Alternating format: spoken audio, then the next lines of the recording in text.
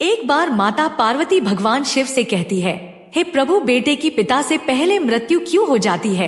क्यों बुढ़ापे में औलाद साथ छोड़कर चली जाती है? तब भगवान शिव कहते हैं, देवी, यह जन्म जन्मांतर के ऋण के कारण होता है। देवी, आज मैं आपको एक कथा सुनाता हूँ, ध्यान से सुनना। दोस्तों, कमेंट में हर हर महादेव जरूर लिखे। एक नगर में एक ब्राह्मण परिवार रहा करता था।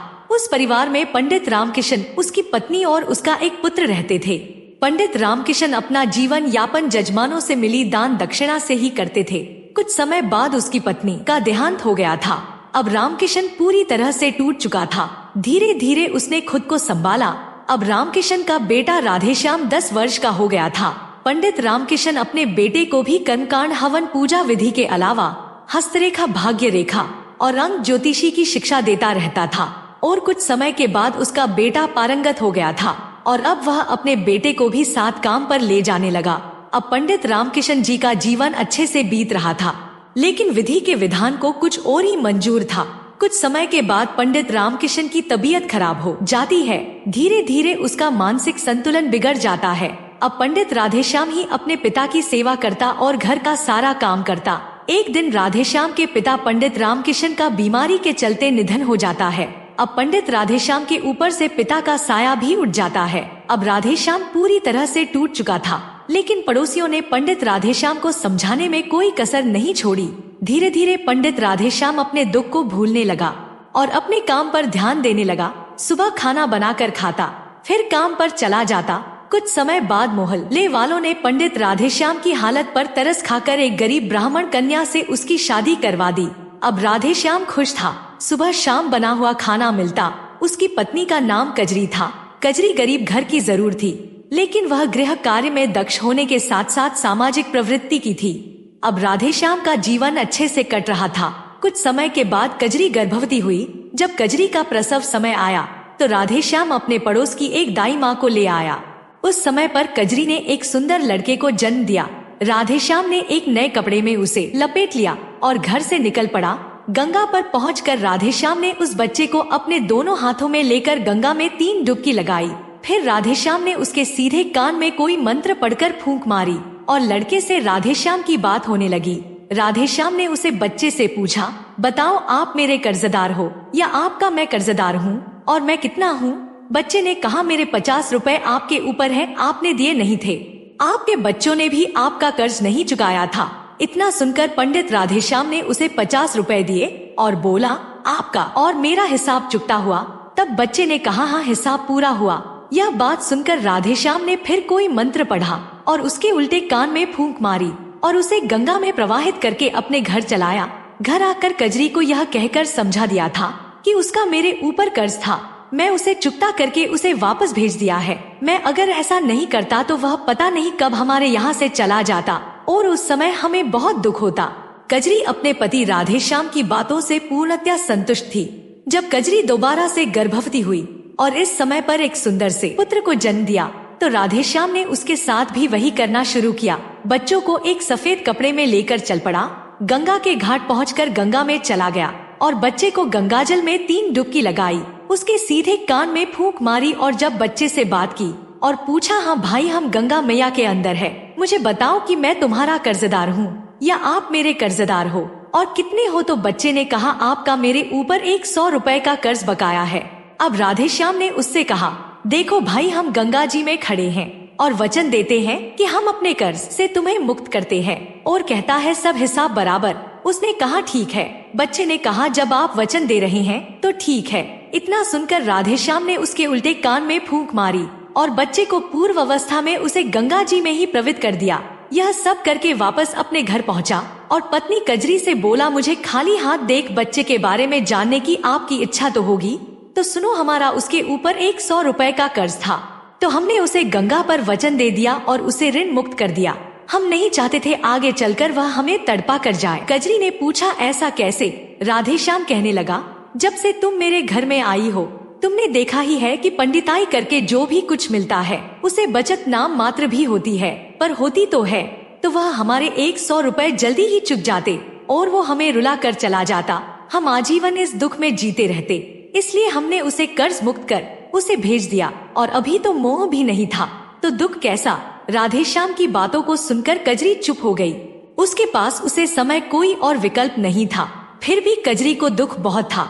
वह अपनी बीती किसी को नहीं कह सकती, लेकिन अंदर ही अंदर टूट जरूर रही थी। आज वह पहले जैसी हंसमुख नहीं थी। उसका कमल सा चेहरा मुरझाने लगा था। सामाजिक होने के कारण लोगों को उसकी चिंता थी।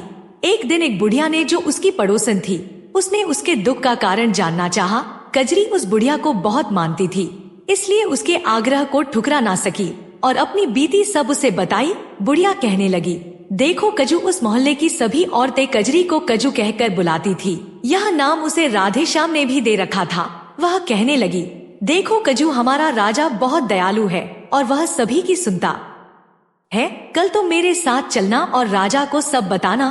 कजरी ने उससे कहा, ठीक है माँ। अगले दिन जैसे ही राधेश्याम अपने काम पर गया तो पड़ोसन बुढ़िया आ गई और उसे बोली, चलो कजू। कजू तो तैयार बैठी थी। उसके बाद दोनों राजा के पास पहुँच गई और वहाँ पहुँचने के बाद राजा ने उसकी सारी बातें ध्यान से सुनी। बातें सुनकर राजा ने उस बुढ़िया से कहा कि अब यह जिम्मेदारी तुम्हारी है। आगे जब इसके बच्चा होने को हो तब तुम मुझे सूचना देना। और कजरी से कहा, तुम भी भूल मत जाना, इस बूढ़ी माँ को याद से मेरे पास भिजवा देना। इसी आशा में दोनों अपने घर आ गई। कजरी और पड़ोसन बुढ़िया को राजा से आश्वासन मिलने के बाद निश्चित हो गई थी। बुढ़िया तो पूरी तरह से आसपास थी, लेकिन कजरी अपनी दोनों संतानों के बारे में सोचकर ही सिहर जाती, जिसका मुंह उसने अच्छी तरह से नहीं देखा था। पंडित राधेश्याम को तो कोई दुखी नहीं था। वह जो कर रहा था अपनी भविष्य को ही सोच रहा था। राधेश्याम ने अपने प्यार प्रेम से कजरी को महान दुख से उभार लिया था। अब दोनों में प्रेम की धारा बहने लगी और अब कजरी ने तीसरी बार गर्भधारण किया। कजरी ने अपनी पड़ोसन बुढ़िया के माध्यम से राजा को भी बता दिया था। राजा ने उसको समझा दिया कि चिंता मत करना, जब प्रसव होने वाला हो मुझे सूचित कर देना, मैं सब कुछ अपने आप देख लूंगा। कजरी खुश होने के साथ साथ कभी कभी दुखी हो जाती थी। हर समय अपनी तीसरी संतान की चिंता में डूबी रहती, तो समय पर जाकर उसकी पड़ोसन उसे समझा जाती। इस तरह धीरे धीरे गर्भावस्था पूर्ण हुई और प्रसव का समय भी आ गया। कजरी ने राधेश्याम को कहा कि आप पड़ोसन वाली बूढ़ी माँ को मेरे पास छोड़कर दाई माँ को बुला लो। राधेश्याम पड़ोस की बुढ़िया को कजरी के पास छोड़कर दाई माँ को बुलाने चला गया। कजरी ने बुढ़िया से कहा कि माँ जी, आप राजा को खबर कर दो, इसीलिए मैंने आपको पहले ही बुला लिया है। बुढ़ी माँ ने राजा को सूचित कर दिया और राजा भी भेष बदलकर राधेश्याम के घर के पास पहुँच गया। इधर उधर टहलने लगा। कुछ समय के बाद शिशु के रोने की आवाज आने लगी। तभी राधेश्याम अंदर गया और एक साफ नए कपड़े में उसे लेकर घर से निकल गया। जब राजा ने राधेश्याम को बाहर निकलते देखा तो राजा उसके पीछे पीछे दूरी बनाकर चलने लगा। कुछ समय के पश्चात राधेश्याम गंगा के तट पर पहुंच गया। बच्चे को लेकर वह गंगा में घुस गया और कमर तक जल में जाकर रुक गया। अब राधेश्याम ने बच्चे को 3 डुबकी लगवाई और उसके सीधे कान में कोई मंत्र फूंक मारा। अब बच्चा बात करने में सक्षम था। तब राधेश्याम ने उससे पूछा, बताओ मेरा कर्ज आपके ऊपर है या आपका कर्ज मेरे ऊपर है, और कितना है? तो बच्चा कहने लगा, आपका मेरे ऊपर 5000 का कर्ज है, जिसे मेरे बच्चों ने भी चुकता नहीं किया था। राधेश्याम ने अपनी तसल्ली के लिए दूसरी बार बच्चे से पूछा, देख लो हम गंगा में खड़े हैं, सच सच बताना, नहीं तो गंगा पाप लगेगा। यह सुनकर बच्चे ने कहा, मैं सच कह रहा हूँ, मेरे ऊपर आपके 5000 रुपए कर्ज है। राधेश्याम ने बच्चों के उल्टे कान में मंत्र फूंका और बच्चा अपनी असली रूप में आकर रोने लगा। राजा दूर से यह सारा दृश्य देख रहा था। अब राधेश्याम ने बच्चे को गंगा में डुबकी लगाना शुरू कर दिया। राजा कुछ करता इससे पहले ही राधेश्याम 3 डुबकी पूरी करके बच्चे को कपड़े में लेकर गंगा को नमन कर बाहर आया। अब राधेश्याम बच्चे को लेकर अपने घर की तरफ चल दिया। राजा के मन में अब यह जानने की उत्सुकता बढ़ती जा रही थी कि आखिर इसने दोनों बच्चे पहले गंगा में प्रवाहित क्यों किए। राजा अपने असली रूप में आकर राधेश्याम को रोक लिया। राधेश्याम राजा को देखकर उनको प्रणाम किया। तब राजा ने राधेश्याम से पूछा, यह बताओ तुम अपने पहले दोनों बच्चों को गंगा में प्रवाहित क्यों करके आए? तब राधेश्याम कहने लगा, महाराज आप इस बात को अच्छी तरह से जानते हैं कि एक पंडित को पंडिताई में क्या मिलता है। किसी ने 1.25 आना दे दिया तो किसी ने थोड़ा बहुत अनाज दे दिया, कुल मिलाकर पेट पूजा हो जाती है। पैसे बचाना तो दूर की बात है। इसीलिए मैंने अपनी विद्या से उन दोनों बच्चों से पूछ लिया कि उन पर मेरा कर्ज है या उनका मुझ पर। पहले बच्चे का कुछ मेरे ऊपर था, दूसरे का कुछ मेरे पर था, पर वह इतना ही था कि वे दोनों ही हमें छोड़कर चले जाते। इसीलिए उन दोनों से हिसाब चुकता करके वही गंगा में प्रभावित कराया। राजा ने कहा फिर इसे क्यों बचाया? राधेश्याम कहने लगा, इस पर मेरा 5,000 का कर्ज है, उम्मीद है कि हमारा अंतिम संस्कार अपने हाथों से ही कर देगा।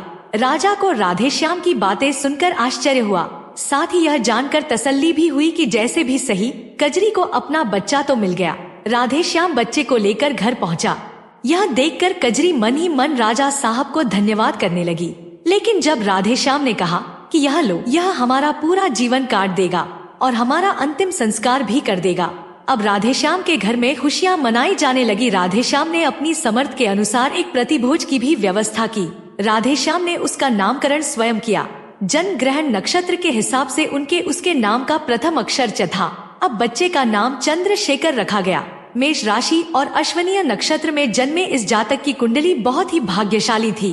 उसकी भाग्य रेखाएं भी बहुत ही प्रबल थी। उसके जीवन में धन अभाव तो था ही नहीं। चंद्रशेखर के जन्म के बाद से ही पंडित राधेश्याम के अच्छे दिन शुरू हो गए। पहले राधेश्याम को भरण पोषण के लिए भी काफी मशक्कत करनी पड़ती, लेकिन अब उसका गुजर अच्छे से होने लगा था। उसकी पंडिताई अच्छी से चल रही थी। धीरे धीरे चंद्रशेखर भी चंद्रकलाओं की तरह दिन दोगुना रात चौगुना बढ़ने लगा। 5 बरस का होने पर उसे एक संस्कृत विद्यालय में दाखिला करा दिया। चंद्रशेखर पढ़ने में बहुत तेज था। राधेश्याम शाम के समय अपना 1 घंटा बेटे को ज्योतिषी सीखने में लगा देता। चंद्रशेखर की बुद्धि विलक्षण थी।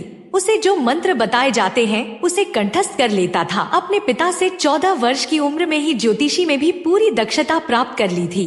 अब चंद्रशेखर अपनी माँ से कहता है, माँ कल पूर्णिमा का दिन है और कल से मैं भी पिताजी के साथ काम पर जाऊंगा। इस बात से कजरी मन ही मन बहुत खुश होती है और सोचती है चलो उसके घर में 2 काम वाले हो गए हैं। थोड़ा पैसा इकट्ठा करके हम अपने चंद्रशेखर की शादी कर लेंगे और मजे से उसकी दुनिया में रम जाएंगे। ऐसा विचार कर और मन में सोच कर सो गई कि चलो सुबह जल्दी उठकर दोनों के लिए खाना भी तो बनाना है, कल दोनों ही काम पर जाएंगे। कजरी को रात में नींद नहीं आई। सोने में ही करवट बदलते बदलते परेशान हो गई। सुबह जल्दी ही जाकर रसोई का काम निपटाकर स्नान ध्यान करने के बाद खाना बना दिया और अब निश्चित होकर चारपाई पर लेट गई। सारी रात सो नहीं पाई थी, इसलिए उसे जल्दी ही नींद आ गई।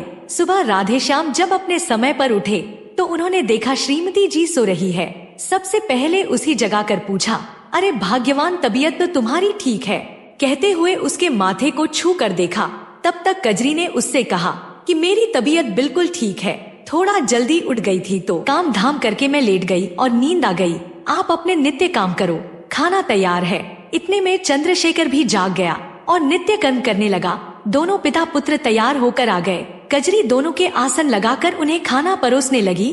दोनों ने खाना खाया और दोपहर का खाना साथ में लेकर अपने अपने काम पर निकल गए। चंद्रशेखर का पहला दिन था तो उसे कोई भी जजमान ऐसा नहीं मिला जो उसकी सेवा में उसे ले सके। धीरे धीरे शाम होने को आई। चंद्रशेखर उदास मन से घर के लिए रवाना हुआ। धीमे कदमों से वह घर की तरफ जा रहा था। अचानक उसने देखा एक बहुत ही खूबसूरत स्त्री अपनी आंखों से आंसू बहा रही थी। चंद्रशेखर रुक गया और उसे पूछने लगा, बहन आपको क्या दुख है, मुझे बताओ, हो सकता है मैं आपकी कोई मदद कर सकूं। उस स्त्री ने देखा एक नौजवान तिलक लेप लगा राम नाम की पीताम्बर डाले खड़ा है। वह एक पंडित लग रहा था। उसे देखकर ऐसा लग रहा था मानो अभी अभी काशी से आ रहा हो। उस स्त्री ने कहा, तेरे जैसे कितने आए और थककर चले गए हैं, मेरा तो विश्वास ही उठ गया है तुम्हारे जैसे ढोंगी पंडितों से। इतना सुन चंद्रशेखर बहुत ही विचलित हुआ और मन में विचार किया कि मुझे इस महिला से कुछ ना मिले, फिर भी मैं इसकी परेशानी का कारण जानकर उसका समाधान अवश्य करूंगा। महिला ने कहा कि मैं तुम्हें कोई पैसा या दक्षिणा देने वाली नहीं हूँ। चंद्रशेखर ने कहा, बहन अपना हाथ दिखाओ और बताओ समस्या क्या है। वह कहने लगी, सुनो मैं पहले ही तुम्हें बता देती हूँ कि कोई दान दक्षिणा नहीं देने वाली हूँ, बाद में तुम दक्षिणा के नाम पर मुझे ठगना चाहे। चंद्रशेखर ने कहा, बहन मैं कोई ढोंगी नहीं हूँ, इस शहर का निवासी पंडित राधेश्याम जी का पुत्र चंद्रशेखर ज्योतिषी हूँ, मोहल्ला शुक्ला में रहता हूँ। इससे ज्यादा अपना कोई सबूत नहीं दे सकता। हाँ, दूसरी बात मैं आपका रोना देख दुखी हुआ हूँ, इसीलिए पूछ लिया। अब आपकी मर्जी है, जानना चाहती हो या नहीं। वह स्त्री कहने लगी, ठीक है, तुम जो भी हो इतना समझ लो, मैं तुम्हें पैसा देने वाली नहीं हूँ। चंद्रशेखर कहने लगा, ठीक है, मैं पैसे मांग कहाँ रहा हूँ। तब उस स्त्री ने कहा, मेरे पति को प्रदेश गए 4 वर्ष हो गए हैं, अभी तक वापस नहीं आए और ना ही कोई सूचना पत्र उन्होंने भेजा है। मैं केवल यह जानना चाहती हूँ कि वह वापस कब आएंगे। चंद्रशेखर ने कहा, तो आप जानना चाहती है कि आपके पति कब तक आएंगे? चंद्रशेखर ने अपना पतरा निकाला और उसमें देखने लगा। अपनी उंगलियों पर गणना करने लगा। करीब आधा घंटा की गणना के बाद उसने कहा कि सुनो, आपके पति आज रात्रि में ही आ जाएंगे। स्त्री बोली, पागल हो क्या, ढोंगी कहीं के, मुझे बेवकूफ समझा है क्या? पैसों का लालच होगा। चंद्रशेखर बोला, बहन जब कह दिया कि मैं पैसे नहीं मांगूंगा तो आप ऐसा क्यों सोच रही है? स्त्री कहने लगी, अभी तक किसी ने कुछ भी नहीं बताया। चंद्रशेखर बोला, बहन ज्योतिषी हूँ, ठग नहीं हूँ। अब तक आपका पाला ठगों से पड़ा होगा। मैं अपनी विद्या के अनुसार बता रहा हूँ कि आपके पति रात्रि के 12 बजे आ जाएंगे। वह स्त्री बोली, अगर आप सही कह रहे हैं और आपकी बात सत्य हुई तो मैं दक्षिणा आपके घर भिजवा दूंगी। चंद्रशेखर कहने लगा, हाँ, आज रात्रि के ठीक 12 बजे आपके पति आएंगे। सुनो, वह पैदल नहीं आएंगे। स्त्री बोली, तो कैसे आएंगे? चंद्रशेखर कहने लगा, वह हाथी पर आएंगे और बहुत सारा धन लेकर आएंगे। वह कहने लगी, मैं भी तुम्हें बता दूं कि जितना लेकर आएंगे उसका आधा आपको दक्षिणा भिजवा दूंगी। चंद्रशेखर ने कहा, अच्छा तो अब मैं चलता हूँ।